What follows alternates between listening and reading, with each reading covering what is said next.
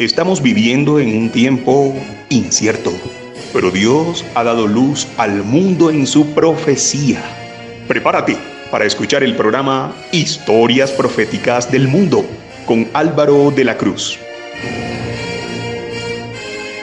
La gran persecución de Diocleciano desató todo un sacrificio general que ocasionó muchos martirios. Miren, ahí no importó ni edad ni sexo, la sola palabra cristiano, el término cristiano, el vocablo era tan fastidioso para los paganos que no dudaron en aniquilarlos a todos.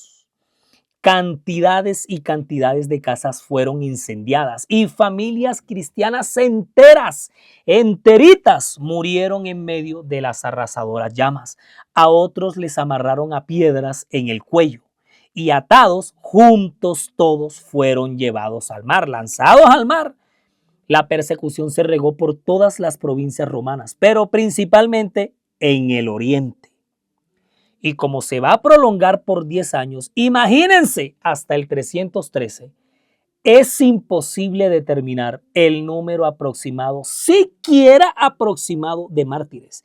Ni tampoco alcanzamos a enumerar las muchas modalidades de martirio que se emplearon en esta cruel carnicería. Ahí se utilizaron potros, azotes, espadas, dagas, cruces, veneno y hasta muertes terribles causadas por el hambre. Hasta hambrunas. Terribles hambrunas se emplearon en diversos lugares para dar muerte a los cristianos. Miren, la cosa llegó a un nivel tal que hasta se agotó la imaginación en el esfuerzo de esto, ¿sí? De inventarse torturas.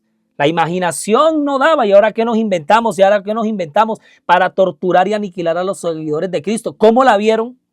¿Cómo vieron esa IA? Tenaz, o sea, tenaz esto.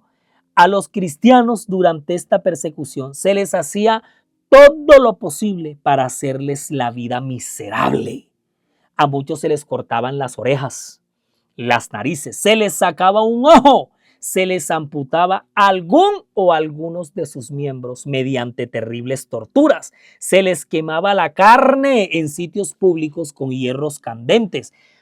Una ciudad de Frigia, oye bien, totalmente poblada por cristianos, fue quemada, reducida a cenizas, y todos los moradores, todos los habitantes que eran cristianos, todos murieron en las llamas. Como unos demonios. Literalmente como demonios fueron concebidos Diocleciano y Galerio, tal cual. Y así pasaron a ser recordados en los siglos venideros, les cuento, por las siguientes generaciones de cristianos. Diocleciano y Galerio, un par de demonios que se humanizaron. Sebastián, un valiente cristiano, sobrevivió a una ejecución atravesado con flechas en el Campo de Marte, así se llamaba el lugar, Campo de Marte, para luego ser asesinado a golpes.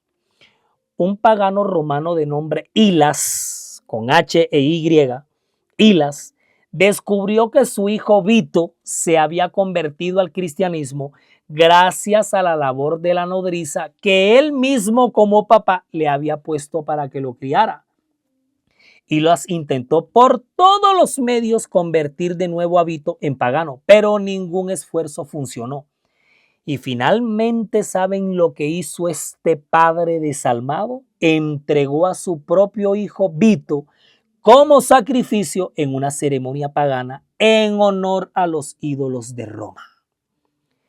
Víctor de Marsella, Francia, fue arrestado y arrastrado por las calles al tiempo que recibía golpes y maltratos por la turba enardecida, pero sobrevivió a todo esto. Luego amarrado a un potro para ser arrastrado también, y sobrevivió. Fue arrojado a una mazmorra para que muriera ahí, pero lo que hizo fue convertir a Cristo a 3 de sus compañeros de cautiverio, a quienes decapitaron de una manera despiadada en frente de Víctor. Víctor es amarrado una vez más a un potro todavía más fiero, pero volvió a sobrevivir. Oye, ¿y esto qué fue? Las 7 vidas del gato, Highlander. Lo vuelven a encarcelar, pero en esta ocasión le obligaron que frente a un pequeño altar idolátrico ofreciera incienso. Muy bien, sobre el altar.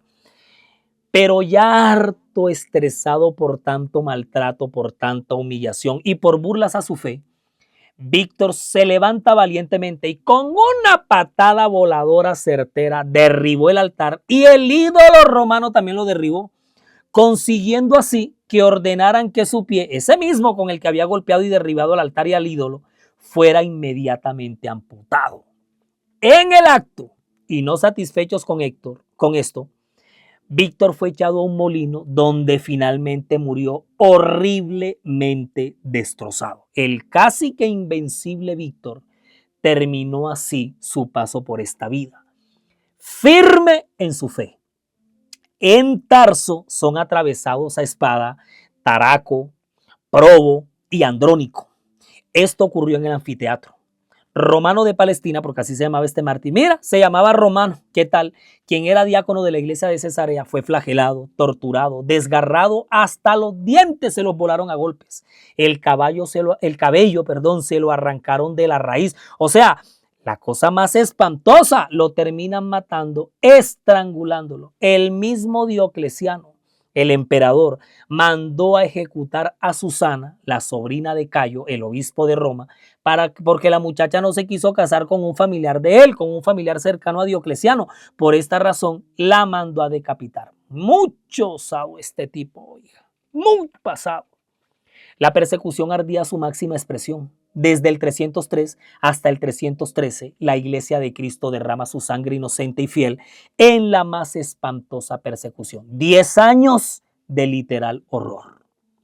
El tiempo no me alcanza aquí para honrar la memoria y el testimonio de tantos fieles en estos años de espanto, que por su fidelidad hasta la muerte por Cristo pasaron a la historia. Doroteo, que además era el gran chambelán de la casa del mismísimo Diocleciano.